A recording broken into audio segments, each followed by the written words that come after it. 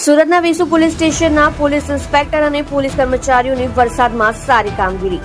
સુરત શહેરમાં છેલ્લા 24 કલાકથી વરસતા ધોધમાર વરસાદે ધામો નાખ્યો છે। તેવામાં સુરત શહેરના વેસુ પોલીસ દ્વારા વરસાદમાં ફસાયેલ અને વરસાદના કારણે બંધ પડી ગયેલા વાહનોને ધક્કો મારી વાહનોને બહાર કાઢ્યા હતા।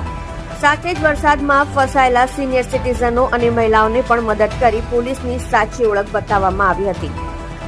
સત્ય માટે હંમેશા સત્યની સાથે જોડાઈ રહો। આ સુરત ન્યૂઝ ચેનલની સાથે।